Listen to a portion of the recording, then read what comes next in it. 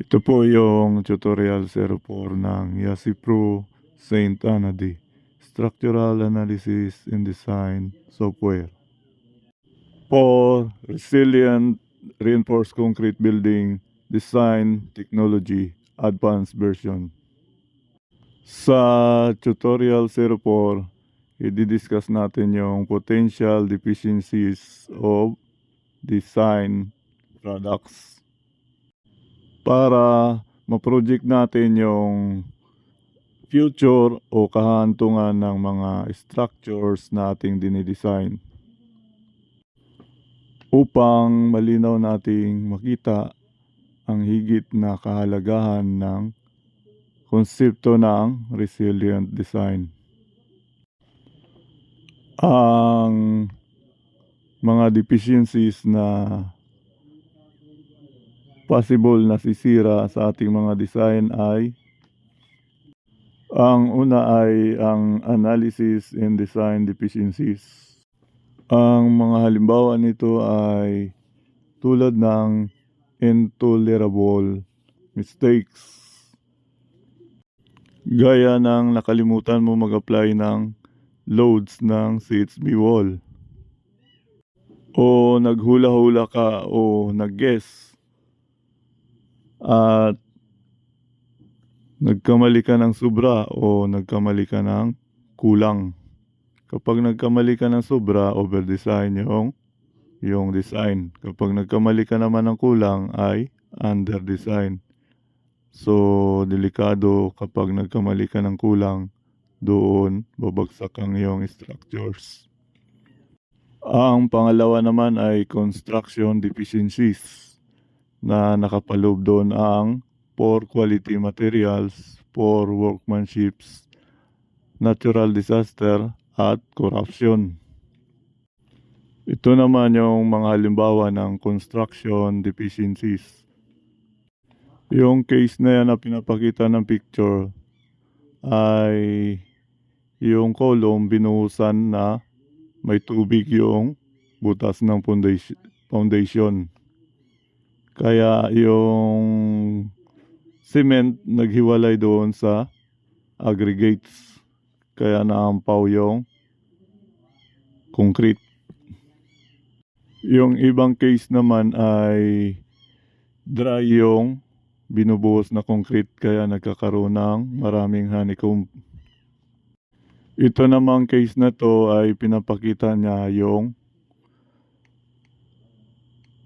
concrete na nag-pouring doon sa second floor slab ay naabutan ng ulan at yung ulan ay naipon doon sa butas ng forms ng column na hindi pa nalalagyan ng concrete.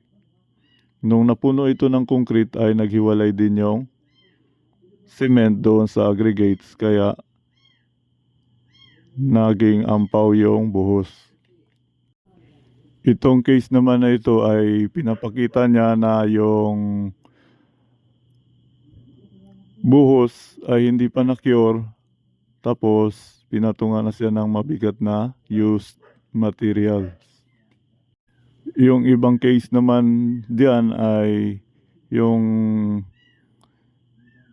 nilalagyan nila ng mataas na stockpile ng hollow blocks o ng bag of cements. Dito naman sa case na ito, ang supply ng ready mix concrete ay mababa yung quality. At ang pinakahuli sa construction deficiencies ay ang corruption. At ito ang matindi, yung binabawasan yung number of rebars, yung main bars, at yung number of bags ng cement doon sa concrete. At ang pangatlong sisira doon sa mga dinidesign natin ay ang aging of structure. Diyan sa aging ng structure ay nangyayari yung spalling, yung pag-corrode ng mga bakal at simento. So mula doon sa mga deficiencies na pinakita natin ay meron tayong warning. Our responsibility as a designer of structures is 15 years liability period. So, dyan po yung hold point ng ating decisions as structural designers.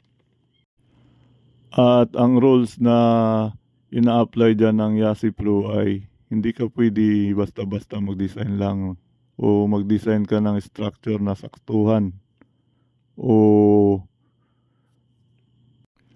gawin mo lang agad na elastic design yung gamit mong konsepto. That's why YASI Pro promotes the value of gravity loads, earthquake, resilient building design. Para ma-anticipate natin sa mga dinidesign natin yung magiging danger na i-input ng mga deficiencies. Para maging ganap na mas resilient yung structural frames ng dinidesign natin na structures ay kinumbine ng YASI Pro yung features ng elastic design concept at resilient design concept na na-present natin doon sa tutorial 02 at 03. Sa resilient design ng YASI Pro ay yung beams lang ang may moments. Yung columns ay 0. Ngunit sa pinakita na mga potential deficiencies kanina ay maaaring matalo o malagay sa panganib ang ating design. Kaya in-adapt ng YASI Pro yung combination ng elastic plus resilient design result para higit pang maging resilient yung design ng ating structure. Para maging mas resilient pa yung result ng design natin sa structures, ay ginamit ng YASI Pro yung technique na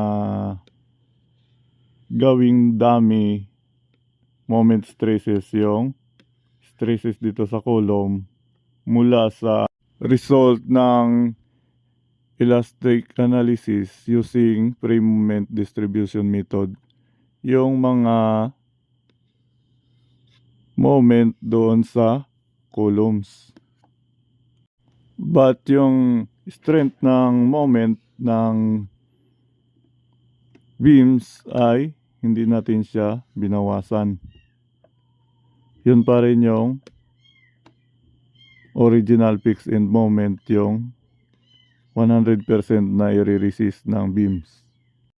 Kung sa tutuusin yung mga moment na final moment sa columns from elastic analysis ng gravity loads ay maliliit lang yung value niyan.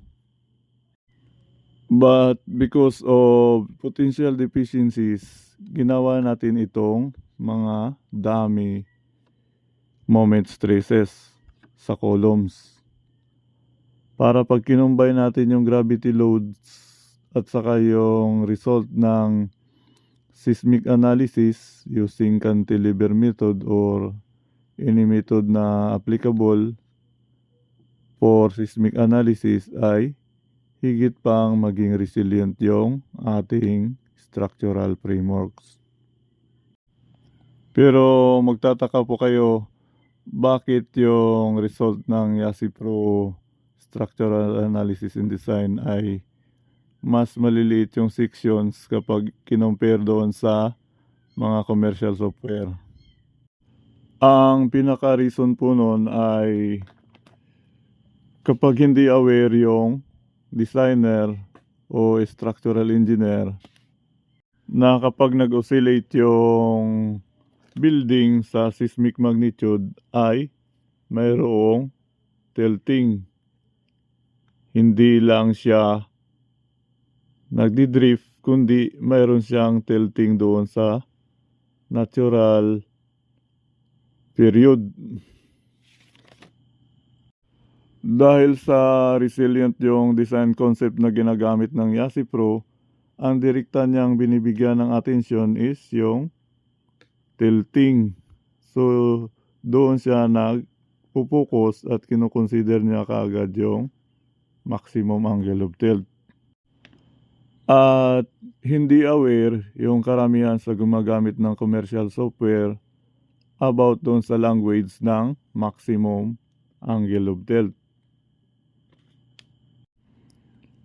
At hindi rin po sila aware na dahil doon sa maraming factor of safety at factor of ignorance na naka-input doon sa commercial software, ang naging result ng output ng design ay nag-shift doon sa resilient mechanism. At dahil sa malambot yung ground kaysa doon sa reinforced concrete building, ang ground ang nag-i-exhibit ng wave dahil sa vibration ng earthquake. Kaya ang natural response ng structural frameworks kapag resilient na yung structure ay ang tilting. Kaya dapat kapag nag-check sila ng story drift o story displacement, dapat dito sila nagsisero doon sa maximum angle of tilt. Hindi dito sa natural condition kung saan wala pang ground motion. Natural lang po yung tilting sa structural frames kapag resilient yung structure. At ang pinakatama pong mag-check ng story drift or displacement ay galing dito at dito magsisero sa maximum angle of tilt. Hindi po dito magsisero sa normal position na wala pang ground motion. Kaya po kadalasan malalaki yung results ng sections na nakukuha nila ay dito na sila pumapasok sa angle kung saan nandoon yung maximum of tilt. Na doon sa maximum of tilt, yun po ay limit ng resilient frame. Na natural lang po nagtitilt yung frame kapag malambot yung lupa at ito ay umaalon, gawa ng seismic vibrations. At yun po yung nakikita kong dahilan kung bakit malalaki yung nagiging results ng kanilang cross sections, dahil inignore nila yung importance ng tilting. Nag-focus lang sila doon sa drifting o displacement. Yan po ang lahat at maraming salamat po. Pagpalain natin ng Yasi Pro at pagpalain tayo ng Diyos. Thank you and God bless.